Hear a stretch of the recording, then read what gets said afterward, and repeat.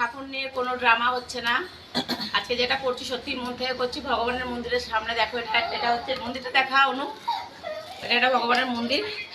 আর এটা আমার মেজ বোন, ও কিন্তু মেয়ে, ও কিন্তু ছেলে নয়, যে এই ঢোলের অ্যাক্টিং করছে। ওটা আমার ছোট বোন, আর এটা আমি। আমাদের খুব ইচ্ছা ছিল বাড়িতে, মায়ের বাড়িতে এসে মার কাছে, মানে বাবার ছিল রুদ্রাক্ষর মালা আর বাবার খঞ্জনি ছিল, মনে মা বাজাতো সামথিং কিছু, আর এই ঢোলটাও মনে হয় মায়ের। তো আমরা বললাম চল একটু ঠাকুরের মন্দিরে একটু কীর্তন নাম করি। আমাদের খুব ইচ্ছা ছিল যে 3 বোনে। কি হলো, হাসছিস কেন?